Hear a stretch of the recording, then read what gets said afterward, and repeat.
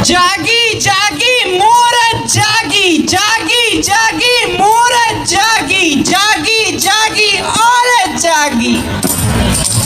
मेरी सिनफी शनाख्त वही है जो मैं खुद के लिए कबूल करती हूँ।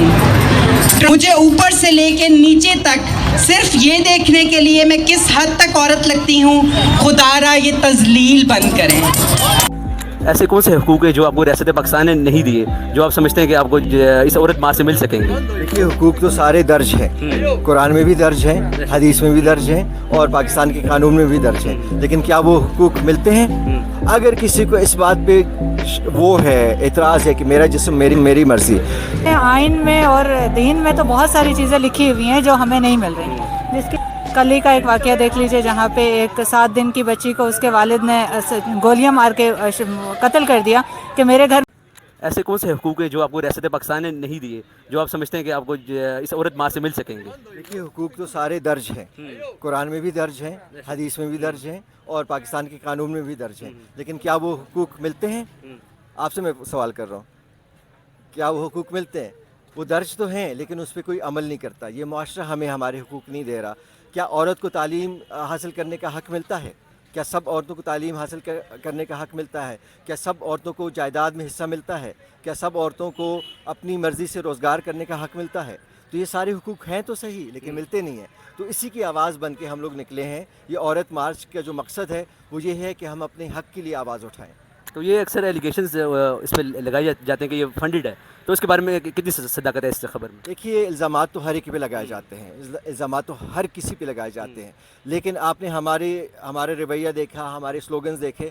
अगर किसी को इस बात पे वो है, एतराज़ है कि मेरा जिस्म मेरी मर्ज़ी, इसके पीछे पस मंज़र ये है कि जो नूर मुक़द्दम के साथ हुआ वहाँ पे मेरा जिस्म मेरी मर्ज़ी है। क्या वो होना चाहिए उस तरह जो ज़ाती उसके साथ हुई, जो मोटरवे पे हुई? ये जो नारा है ये ज़बरजिनसी के ख़िलाफ़ है, ये ज़बरदस्ती के ख़िलाफ़ है, रेप के ख़िलाफ़ है।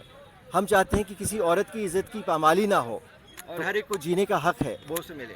तो क्या आप समझते हैं कि औरत के हुकूक में ये हुकूक भी शामिल है कि उसको राइट दिया जाए, राइट टू अबॉर्शन, या जो अगर किसी भी ख़ास तौर पर इस माशरे में अगर वो आज़ाद रिलेशनशिप कायम करना चाहती है तो ये भी उसके हुकूक में शामिल है? आप क्या समझते हैं? देखिए, जो हक़ उसको इस्लाम ने दिया है, जो हक़ उसको पाकिस्तान के कानून ने दिया है, वो हक़ तो आपको उसको देना। आप तो उसको जीने का हक़ नहीं दे रहे, आप तो उसको हलाल कर रहे हैं, आप तो उसको ज़बह कर रहे हैं, आप तो उसको मोटरवे पे रेप कर रहे हैं, आपको तो उसका सर कलम करके उसके साथ फुटबॉल खेल रहे हैं। तो ये कम से कम जीने का हक़ तो दें। जी, शुक्रिया बहुत। अच्छा, कौन से ऐसे हुकूक हैं जो रियासत पाकिस्तान ने आपको नहीं दिए, जो आप चाह रही हैं कि आपको हुकूक मिलने चाहिए? देखिए, रियासत ने आइन में और दीन में तो बहुत सारी चीज़ें लिखी हुई हैं जो हमें नहीं मिल रही, जिसकी वजह से आज औरतों का जो आलमी दिन है उसके मौके पर ख़वातीन जो हैं वो बाहर आई हैं। कल ही का एक वाक़या देख लीजिए जहाँ पे एक 7 दिन की बच्ची को उसके वालिद ने गोलियां मार के कत्ल कर दिया कि मेरे घर में बेटी क्यों नहीं पैदा हुई। तो उससे बड़ा जुल्म क्या होगा? आपके ख्याल रियासत तो नाकाम है ना हुकूक देने में?